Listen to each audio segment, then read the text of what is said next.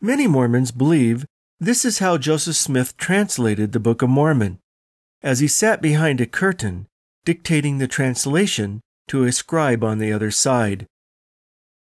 There is good reason for this. Joseph Smith's official history implies this is how it was done. The problem is, there is not a shred of evidence supporting this claim. In fact, this image is an anachronism that reflects a later development in Smith's evolving story. Instead, eyewitness testimony confirms that Smith translated in the same manner that he once hunted for buried treasure, that is, with his brown-colored seer stone placed in the crown of his white top hat and his face snug to its brim. Rather than seeing treasures in the bowels of the earth, Smith claimed he saw luminous words on the stone, which he read to a scribe. In this manner, the entire Book of Mormon, as we have it, came into existence. Hi, I'm Dan Vogel. There's a lot of confusion about how Joseph Smith produced the Book of Mormon. This confusion is largely due to Joseph Smith's attempt to suppress the occult or folk magic, not satanic, origins and coming forth of the Book of Mormon. Some apologists have confused matters by trying to harmonize this official history with eyewitness testimony, claiming that Smith alternated between methods and simply chose to emphasize one over the other. In this video, I will reconstruct the historical events as they unfolded and hopefully clear up some of this confusion and get everyone on the same page.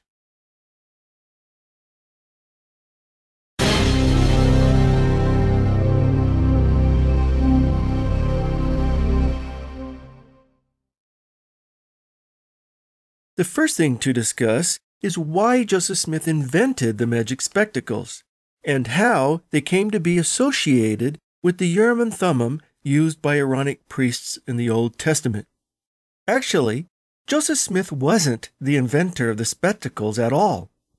It was another Palmyra seer named Samuel Lawrence.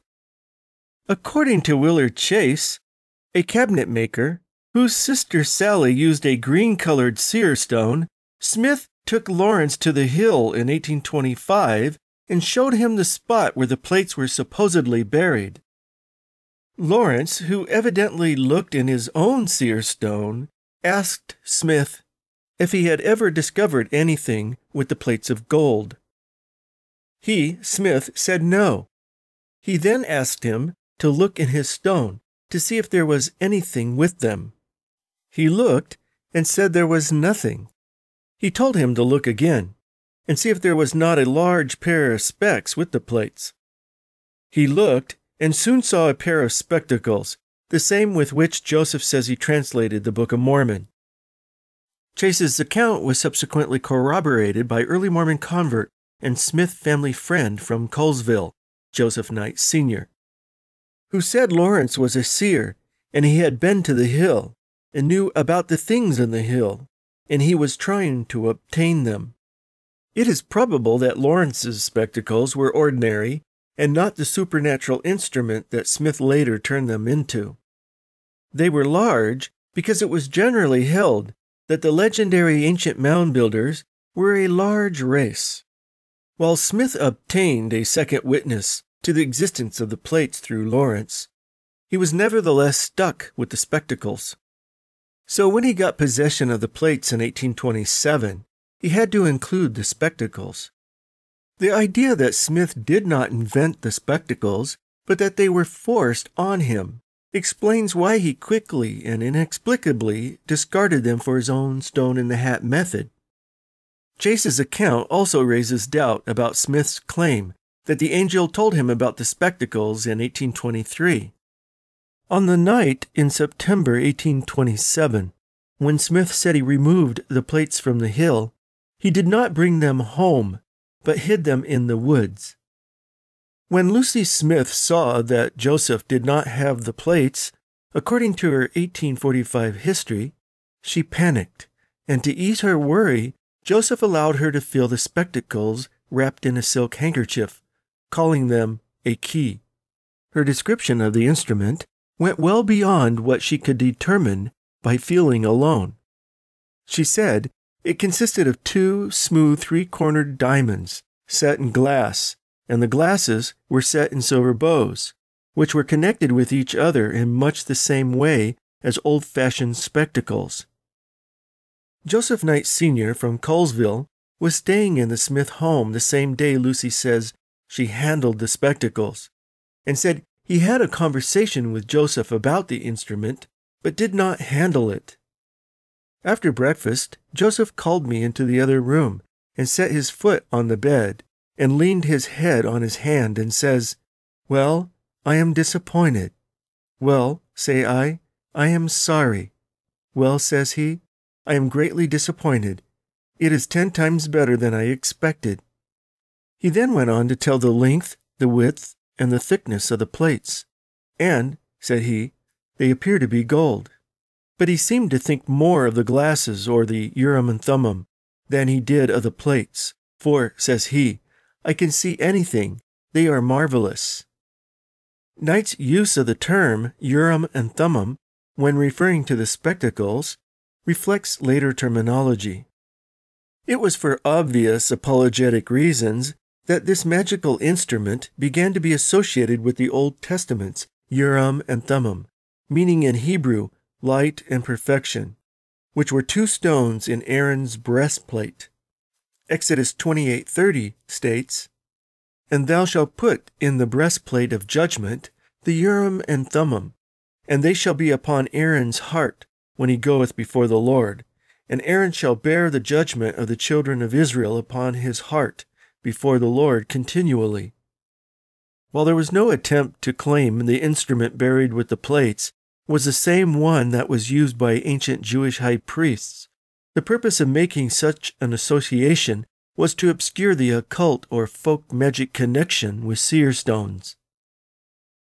W. W. Phelps, who was the editor of the church's periodical, The Evening and the Morning Star, was one of the first to associate Smith's spectacles with the Urim and Thummim. Commenting in the July 1832 issue on the prophecy in Hosea 3:4 that Israel one day would be without an ephod, or without teraphim, Phelps added after teraphim, Urim and Thummim, perhaps, or sacred spectacles, or declarers.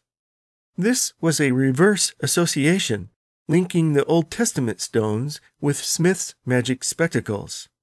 In January 1833, Phelps said, "It, the Book of Mormon, was translated by the gift and power of God, by an unlearned man, through the aid of a pair of interpreters, or spectacles, known perhaps in ancient days as teraphim, or Urim and Thummim."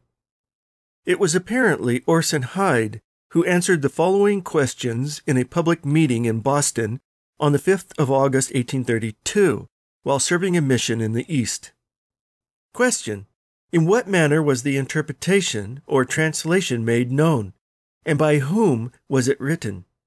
Answer: it was made known by the Spirit of the Lord through the medium of the Urim and Thummim, and was written partly by Oliver Cowdery and partly by Martin Harris. Question: what do you mean by the Urim and Thummim? Answer: the same as were used by the prophets of old, which were 2 crystal stones placed in bows, something in the form of spectacles, which were found with the plates. Soon, the term began appearing in sources under Joseph Smith's control. With Smith's help, Oliver Cowdery published a history of the church in the Messenger and Advocate in 1834 and 1835. In the October 1834 issue, Oliver Cowdery said Smith translated with the Urim and Thummim, or as the Nephites would have said, interpreters. Later, about the time he began working on his official history, Smith answered questions in the July 1838 issue of the Elder's Journal, including one about where the Book of Mormon came from. Moroni, the person who deposited the plates, appeared unto me, and told me where they were, and gave me directions how to obtain them. I obtained them, and the Urim and Thummim with them, by the means of which I translated the plates, and thus came the Book of Mormon. In his 1832 history, Joseph Smith simply said that the Lord had prepared spectacles for to read the book. Therefore, I commenced translating. In his official history, begun in 1838, Joseph Smith adopted the term Urim and Thummim, not only to refer to the spectacles, but also in situations where we know he used the seer stone in his hat, receiving revelations, for example, thus obscuring any reference to his seer stone. During his 1823 vision, Smith said the angel told him that buried with the plates there were 2 stones in silver bows, and these stones, fastened to a breastplate, constituted what is called Urim and Thummim, and the possession and use of these stones were what constituted seers in ancient or former times, and that God had prepared them for the purpose of translating the book. In this same history, Smith claimed that the angel commanded him that, when I got those plates, I should not show them to any person, neither the breastplate with the Urim and Thummim, only to those to whom I should be commanded to show them. Unlike earlier associations of the spectacles with the Urim and Thummim, here Smith added the fastening of the instrument to a breastplate. This fastening of the instrument to the breastplate linked Smith's spectacles even closer to Aaron's Urim and Thummim. One of the most elaborate descriptions of the spectacles and breastplate came from Joseph's brother William. In 1921, John W. Peterson, a member of the Reorganized Church of Jesus Christ of Latter-day Saints, recalled an interview he had with William in 1890. He also said the Urim and Thummim was attached to the breastplate by a rod, which was fastened at the outer shoulder edge of the breastplate and to the end of the silver bow. This rod was just the right length, so that when the Urim and Thummim was removed from before the eyes, it would reach to a pocket on the left side of the breastplate, where the instrument was kept when not in use by the seer. This is the only source for the rod holding the spectacles out from the breastplate.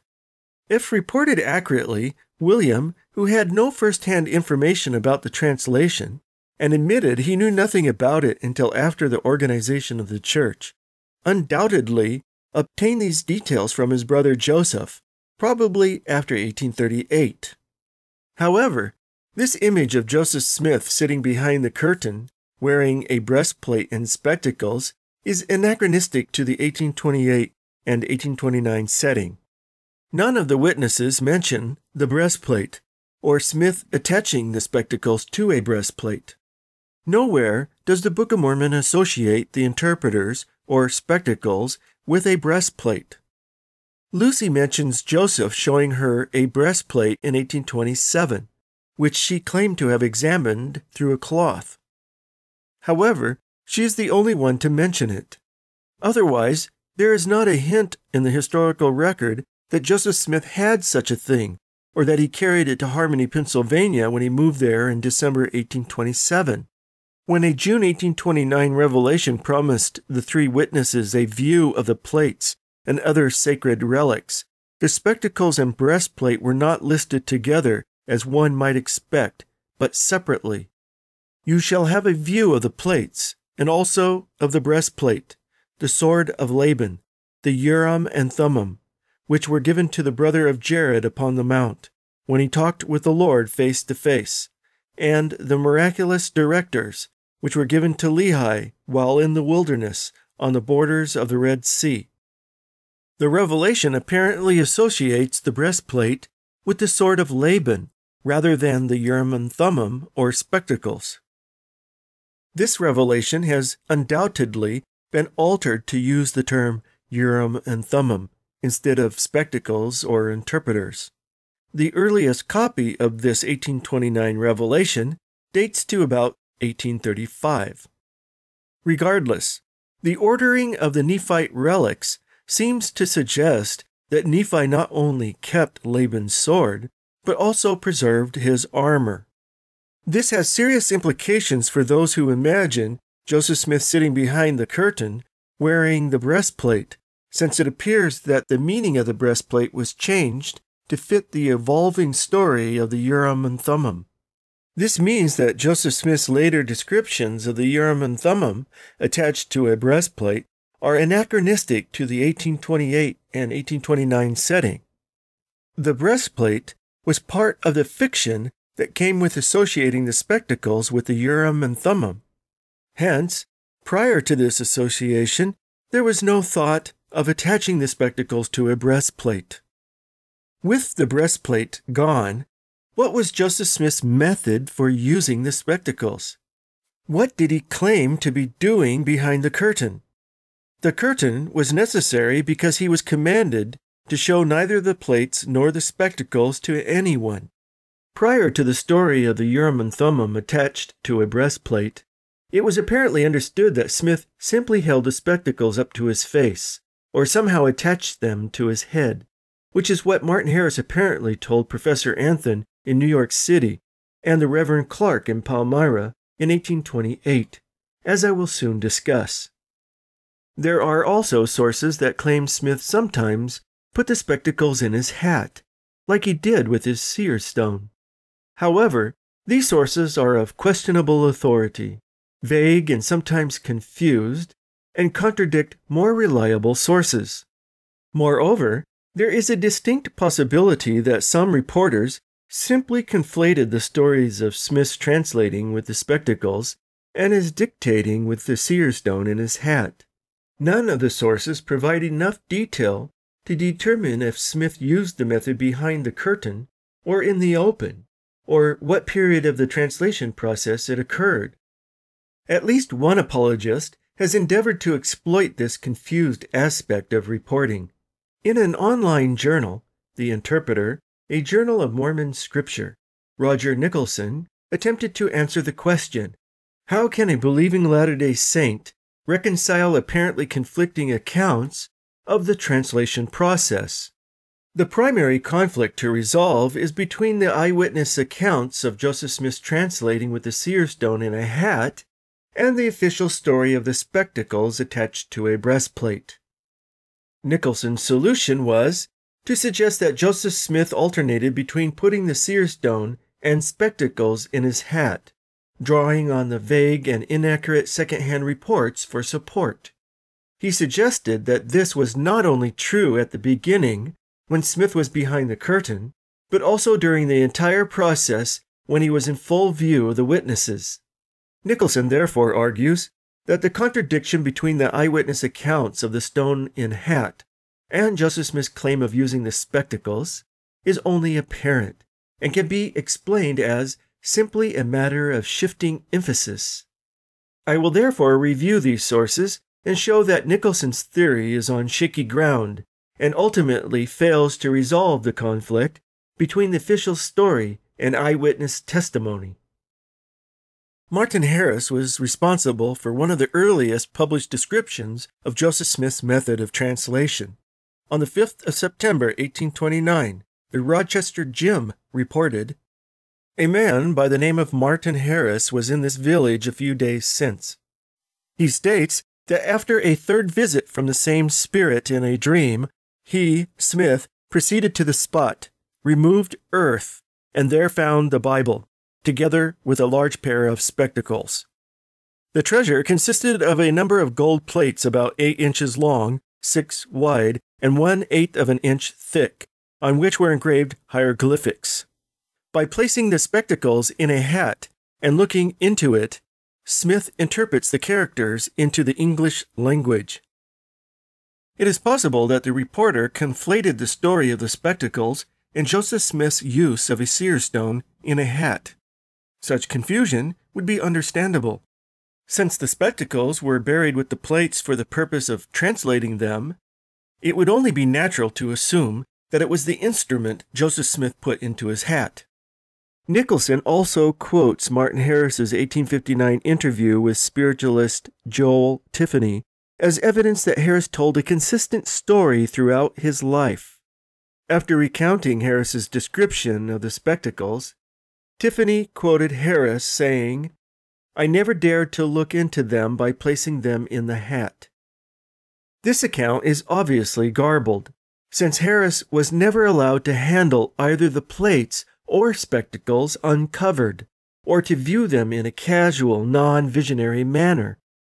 Rather than showing that Harris told a consistent story, as Nicholson argues, it shows quite clearly that it was easy to misunderstand Harris's account of an inherently confusing story. Moreover, despite Nicholson's assertion, these accounts are inconsistent with more reliable sources, to be discussed, where Harris describes Smith using a seer stone in his hat. A similar claim was made by William Smith and Joseph Knight, Sr., both of whom seem influenced by Joseph Smith's official account. William Smith, who transmitted the false story about the breastplate, also heard Joseph sometimes put the spectacles into his hat. In 1883, he said, "He, Joseph, translated them by means of the Urim and Thummim, which he obtained with the plates, and the power of God.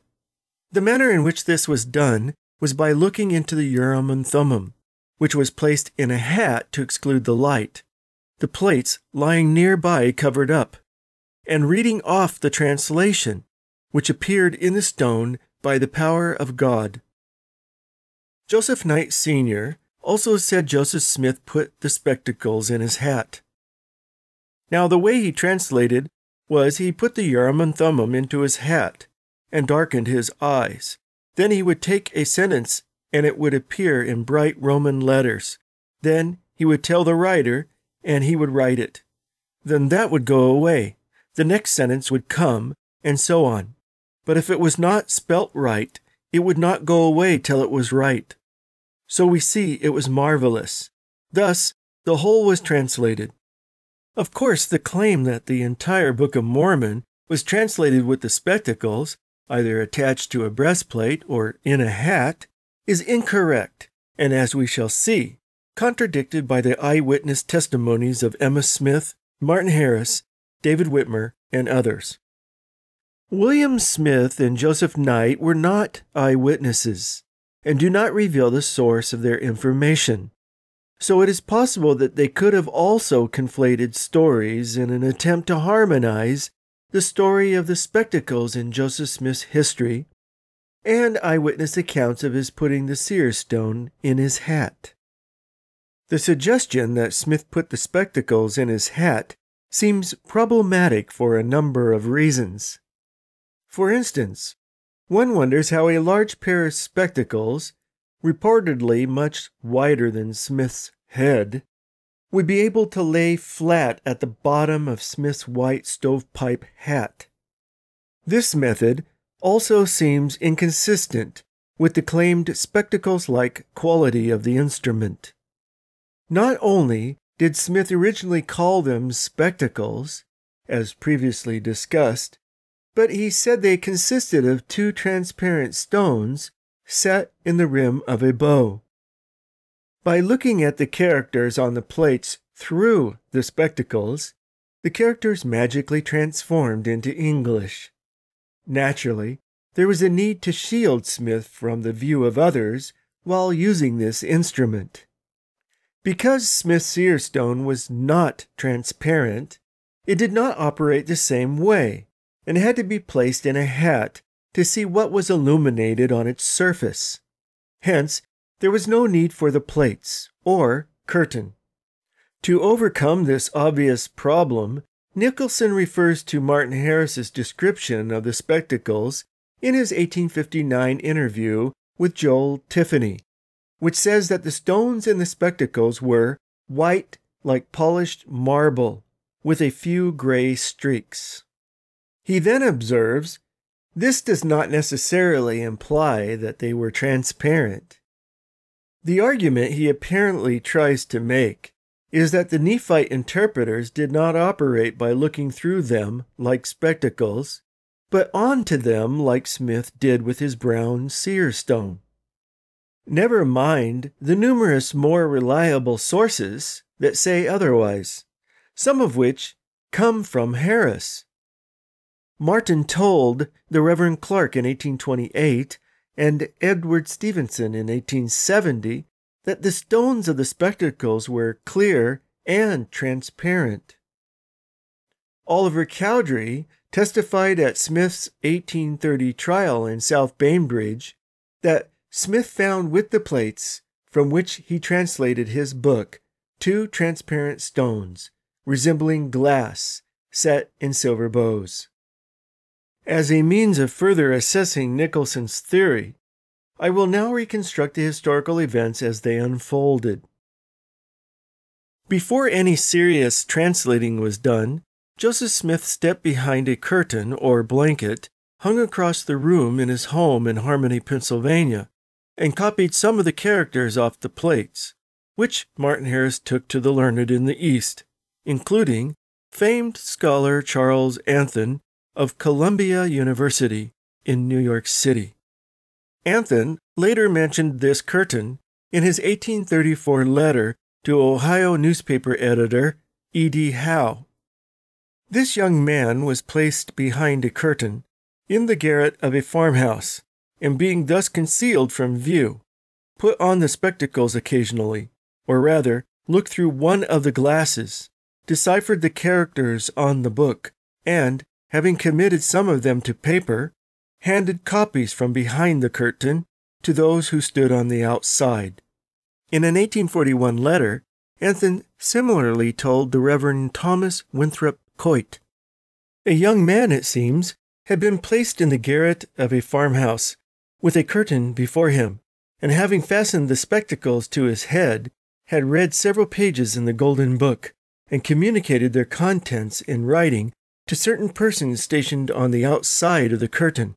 He had also copied off one page of the book in the original character, which he had in like manner handed over to those who were separated from him by the curtain, and this copy was the paper which the countryman had brought with him. Of course it was necessary that Smith be screened from view when supposedly copying characters from the plates, or translating with the spectacles. In 1880, newspaperman Frederick G. Mather reported that Smith translated in a little low chamber in the second story of Smith's house in Harmony, and that he was screened from view by blankets nailed to the walls. He obtained this information from Sally McCoon, who lived in the house for 40 years. She reported that the nails remained many years just as they were driven by the prophet, and it was not until some repairing was done a short time ago that they were drawn out. Some preliminary translating was evidently done prior to Martin Harris's visiting Harmony in February 1828. According to Smith's 1838 history, by means of the Urim and Thummim, I translated some of the characters, which I did between the time I arrived at the house of my wife's father in the month of December and the February following. Anthon mentioned some translating had been done behind the curtain with the spectacles attached to Smith's head, although he denied seeing any of the translation. According to Smith's account, Harris returned to Harmony following his visit with Anthon briefly, but soon went home to Palmyra, arranged his affairs, and returned again to my house about the 12th of April, 1828.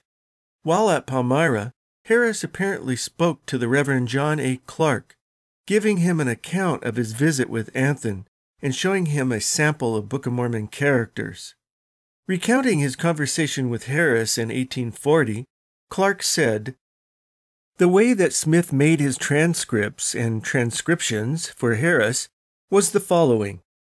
Although in the same room, a thick curtain or blanket was suspended between them, and Smith, concealed behind the blanket, pretended to look through his spectacles or transparent stones, and would then write down or repeat what he saw, which, when repeated aloud, was written down by Harris, who sat on the other side of the suspended blanket.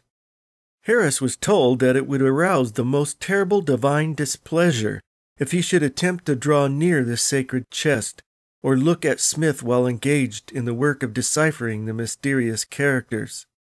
This was Harris's own account of the matter to me. Like Anthon's account, Clark indicates that some translating had been done from behind the curtain prior to Harris's return to Harmony in April 1828. However, as we shall see, Smith quickly switched to his more familiar stone-in-the-hat method. Joseph Smith's first scribe was probably Emma, who, prior to Harris's arrival in April 1828, wrote the early portion of the lost Book of Lehi, dealing with Lehi's departure from Jerusalem. This is evident from what she told Edmund C. Briggs in 1856. When my husband was translating the Book of Mormon, I wrote a part of it, as he dictated each sentence, word for word, and when he came to proper names he could not pronounce, or long words, he spelled them out, and while I was writing them, if I made any mistake in spelling, he would stop me and correct my spelling, although it was impossible for him to see how I was writing them down at the time. Even the word Sarah he could not pronounce at first, but had to spell it, and I would pronounce it for him. When he stopped for any purpose at any time, he would, when he commenced again, begin where he left off, without any hesitation. And one time, while he was translating, he stopped suddenly, pale as a sheet, and said, "Emma, did Jerusalem have walls around it?" When I answered yes, he replied, "Oh, I was afraid I had been deceived." He had such a limited knowledge of history at that time that he did not even know that Jerusalem was surrounded by walls. Briggs's memory of the interview is inaccurate, since it is probable that Emma heard her husband spell Sariah, the name of Lehi's wife. And like the text of 1 Nephi, it is probable that the Book of Lehi mentioned the walls of Jerusalem in the first few pages in association with Nephi's returning to the city to get the brass plates. The comment that Joseph's face was pale as a sheet implies that he was translating in the open.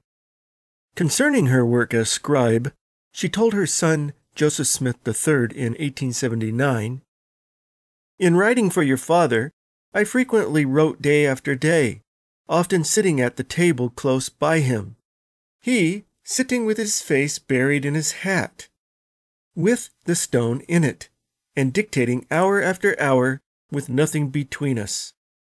Regarding the possibility of Joseph reading from a prepared manuscript, she said, "He had neither manuscript nor book to read from. If he had had anything of the kind, he could not have concealed it from me." Clearly, there was no curtain or spectacles during the major portion of Emma's tenure as scribe, the curtain and spectacles being quickly discarded in favor of Joseph's stone-in-the-hat method. So what are we to understand by her comment to Emma Pilgrim in 1870? Now, the first that my husband translated was translated by the use of the Urim and Thummim, and that was the part that Martin Harris lost. After that, he used a small stone, not exactly black, but was rather a dark color. Nicholson has interpreted this as meaning that the spectacles were used for the entire lost 116-page manuscript, except for occasional use of the seer stone. That the time frame for the transition from the Nephite interpreters to the seer stone occurred after the loss of the 116 pages and upon the resumption of translation. But clearly, this was not the case. Given her own descriptions of the stone and hat during her work as scribe, she more likely meant that the occasional parts that were translated with the spectacles were among the manuscript pages that Harris lost. However, the important part of what Emma said was that the spectacles were not used after the loss of the 116 pages, which, as we shall see, Nicholson disputes. According to Smith's history, Harris returned again to my house about the 12th of April, 1828, and commenced writing for me while I translated from the plates, which we continued until the 14th of June following, by which time he had written 116 pages of manuscript on foolscap paper. Similar to Emma, Martin Harris also described Joseph Smith translating with his seer stone in a hat. In August 1870, Edward Stevenson went to Kirtland, Ohio, and accompanied Harris to Utah. Later, Stevenson recounted some items of history he had learned from Harris. including the manner Joseph Smith translated the Book of Mormon. He, Harris, also stated that the prophet translated a portion of the Book of Mormon with the seer stone in his possession. The stone was placed in a hat that was used for that purpose, and with the aid of the seer stone, the prophet would read sentence by sentence as Martin wrote, and if he made any mistake, the sentence would remain before the prophet until corrected, when another sentence would appear. Harris also told a story that demonstrates that the method Harris described was the one used during his tenure as scribe. When they became weary, as it was continuing work to translate from the plates of gold, they would go down to the river and throw stones into the water for exercise. Martin on one occasion picked up a stone resembling the one with which they were translating, and on resuming their work, Martin placed the false stone in the hat. He said that the prophet looked quietly for a long time, when he raised his head and said, "Martin, what on earth is the matter? All is dark as Egypt." Martin smiled, and the seer discovered that the wrong stone was placed in the hat. When he asked Martin why he had done so, he replied, to stop the mouths of fools who had declared that the prophet knew by heart all that he told him to write, and did not see by the seer stone. When the true stone was placed in the hat, the translation was resumed as usual. About 1870, Harris made a signed affidavit for William E. McLellan. It no longer exists, but according to McLellan, it confirmed his long-held assumption that Joseph Smith read off the 116 pages by means of the interpreters found with the plates, and thereafter used a small stone. This would seem to imply that the spectacles were also used during Harris's tenure as scribe, and that Smith alternated between methods. However, one should not assume the alternation was between putting the spectacles or seer stone in the hat, but rather more likely between the hat and the curtain. Thus, Palmyra newspaperman Abner Cole reported in 1831, Harris declares that when he acted as amanuensis and wrote the translation, as Smith dictated, such was his fear of the divine displeasure that a screen or sheet was suspended between the prophet and himself. In regard to Nicholson's theory, a question presents itself at this point. If Nicholson wants to believe Smith used the spectacles with the hat, why does he assume it was out in the open and not behind the curtain? The reason is he wants the spectacles to be used throughout the entire translation, and he knows that after the loss of the 116 pages, Joseph sat in the open, without a curtain, dictating to his scribe while looking into his hat. This is necessary to harmonize the accounts of Joseph Smith and Oliver Cowdery with the other eyewitnesses. Oliver Cowdery learned about the plates while boarding with the Smiths in Manchester and teaching school during the winter of 1828 and 29. As soon as the school term ended, Cowdery accompanied Samuel Smith to Harmony to investigate. On the 7th of April, 1829, Cowdery became Smith's main scribe for the remainder of the Book of Mormon. Cowdery rarely spoke about his service as scribe, but when he did, he was more concerned with institutional matters than with historical accuracy.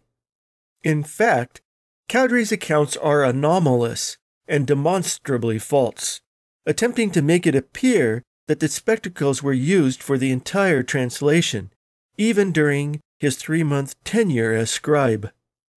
In the October 1834 issue of the Messenger and Advocate, Cowdery wrote about his experience as scribe. These were days never to be forgotten, to sit under the sound of a voice dictated by the inspiration of heaven, awakened the utmost gratitude of this bosom. Day after day I continued, uninterrupted, to write from his mouth as he translated with the Urim and Thummim, or, as the Nephites would have said, interpreters, the history or record called the Book of Mormon. When Oliver Cowdery wanted to rejoin the Mormons in 1848, he spoke to a church conference in the Tabernacle in Canesville, Iowa, and repeated the false story of the Urim and Thummim. According to Bishop Reuben Miller, Cowdery testified, "I wrote with my pen the entire Book of Mormon, save a few pages, as it fell from the lips of the prophet Joseph Smith, as he translated it by the gift and power of God, by the means of the Urim and Thummim, or, as it is called by that book, holy interpreters." Cowdery's willingness to alter history for Smith did not begin in 1834. When Joseph Smith was arrested and tried in South Bainbridge and Colesville, New York, in early July 1830 on the old 1826 charge of being a stone gazer, he pled the statute of limitations, since more than 3 years had elapsed. One strategy, evidently, was to distance the Book of Mormon's production from Smith's former treasure-seeing activities. According to South Bainbridge resident Abram W. Benton, who had attended the trial only 10 months earlier, during the trial it was shown that the Book of Mormon was brought to light by the same magic power by which he pretended to tell fortunes, discover hidden treasures, etc.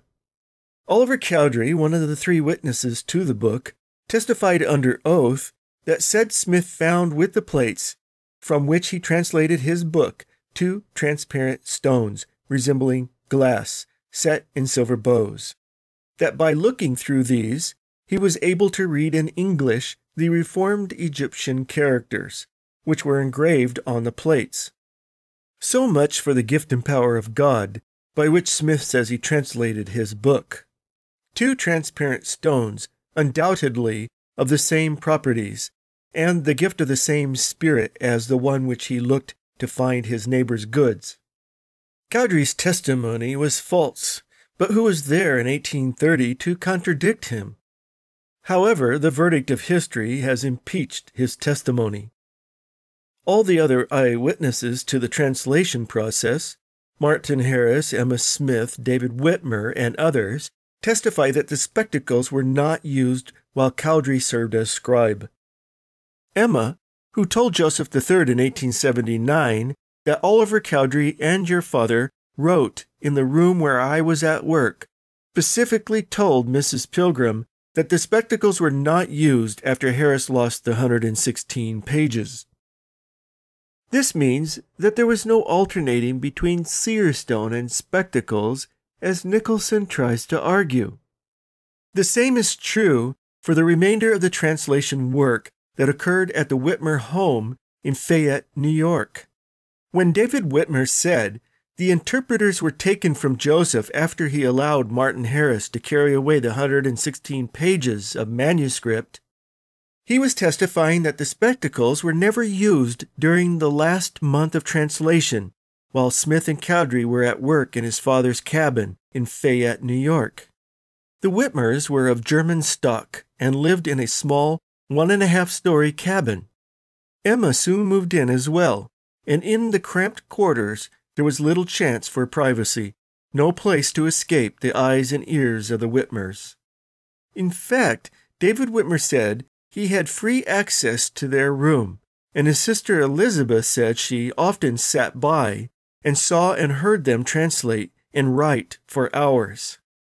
Another source reports David Whitmer saying the translation was performed in the presence of not only the persons mentioned, but of the entire Whitmer household and several of Smith's relatives besides. The earliest account of Joseph Smith's method of translation in Fayette was given by Elizabeth Ann Whitmer Cowdery, younger sister of David Whitmer and Oliver Cowdery's widow. On the 15th of February, 1870, she prepared an affidavit regarding the translation of the Book of Mormon for William E. McClellan. I cheerfully certify that I was familiar with the manner of Joseph Smith translating the Book of Mormon. He translated the most of it in my father's house, and I often sat by and saw and heard them translate and write for hours together. Joseph never had a curtain drawn between him and his scribe while he was translating. He would place the director in his hat, and then place his face in his hat, so as to exclude the light, and then read to his scribe the words, he said, as they appeared before him. She referred to Smith's seer stone as a director because it gave directions in the form of commandments and revelations. Smith used the term himself in an early revelation. David Whitmer is known as the most interviewed witness, and also the most misquoted. John L. Trauber, described as an old friend of David Whitmer, made the following statement in 1879. I, too, have heard Father Whitmer say that he was present many times while Joseph was translating, but I never heard him say that the translation was made by aid of the Urim and Thummim.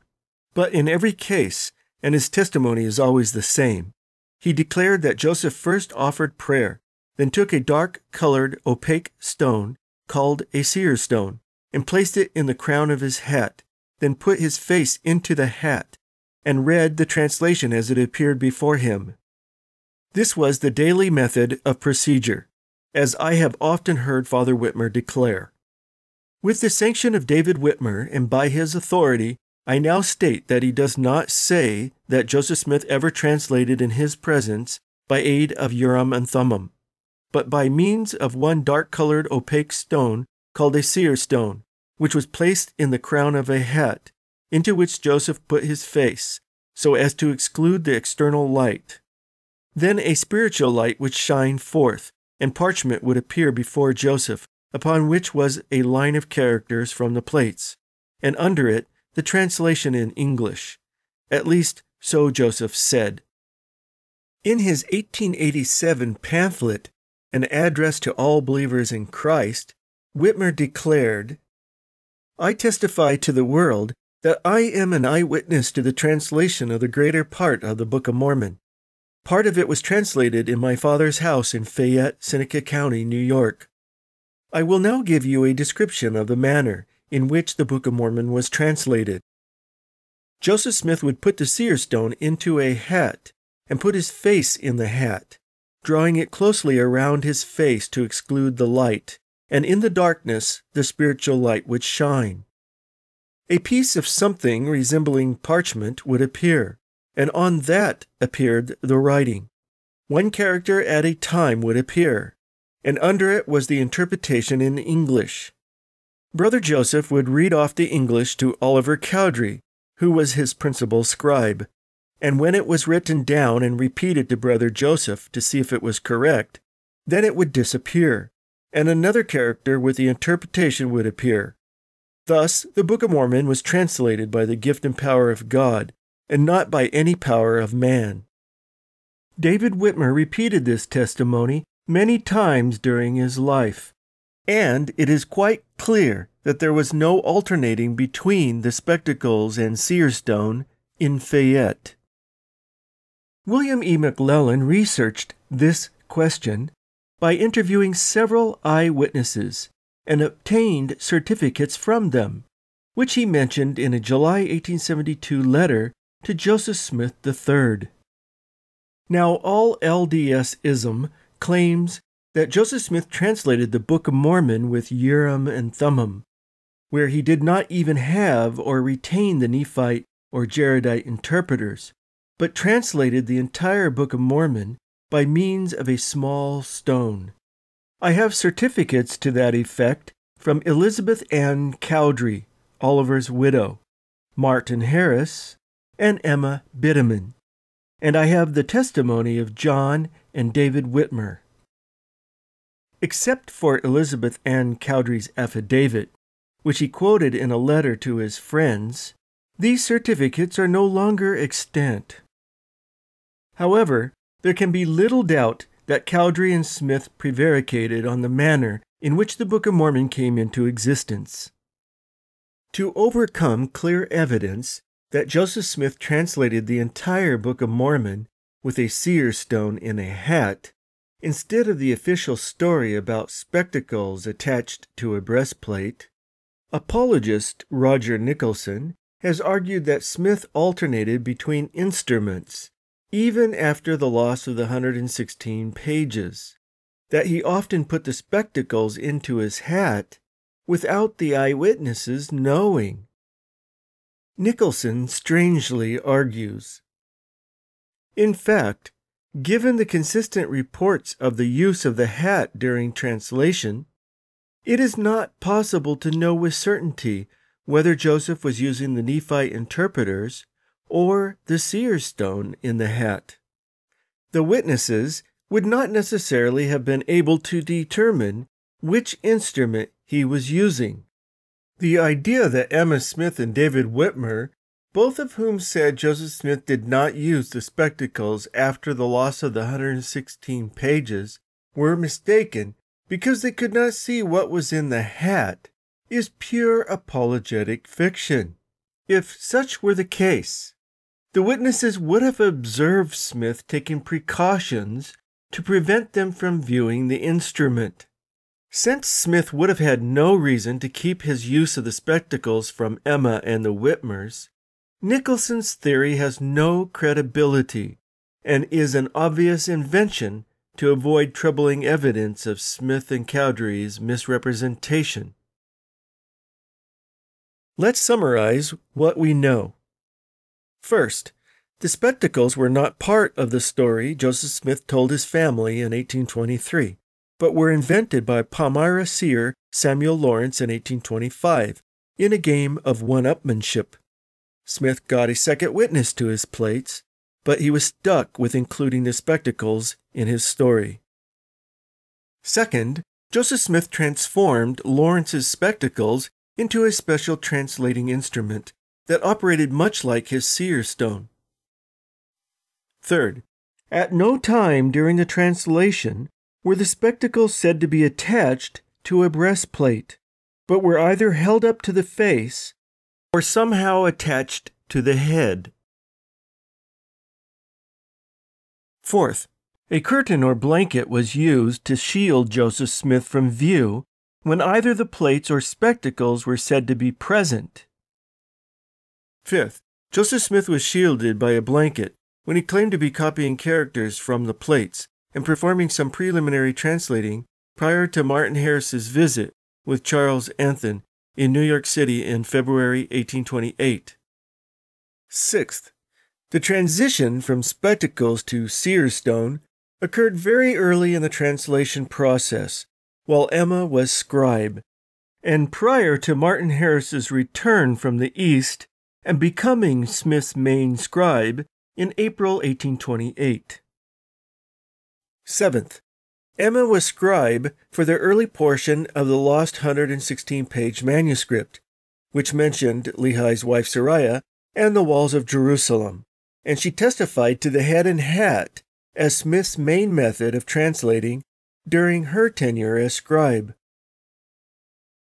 Eighth, Martin Harris described both the curtain with spectacles and head and hat with seer stone methods for his term as scribe, which lasted from the 12th of April to about the 14th of June, 1828.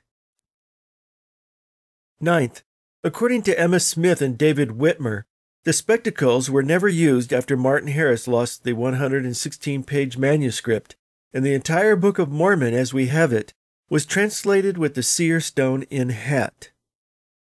10th, both David Whitmer and his sister Elizabeth Ann testified to seeing Smith translate with a seer stone and his head in a hat, and that a blanket was never used to separate Smith from the scribe, who was usually Oliver Cowdery.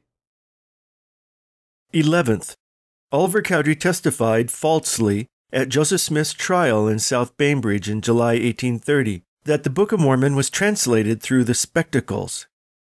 Cowdery repeated this false claim in 1835 and 1848. 12th, as early as 1832, Mormon apologists began comparing the spectacles to the Urim and Thummim, described in the Old Testament as part of Aaron's breastplate, to detract from its folk magic context. 13th, Joseph Smith's 1838 history contains several misrepresentations with regard to the translation of the Book of Mormon. Specifically, he adopted the term Urim and Thummim to refer to the spectacles as a means of suppressing its origins in the occult. To make the link between the magic spectacles and the Urim and Thummim more attractive, he anachronistically claimed that the spectacles were attached to a breastplate.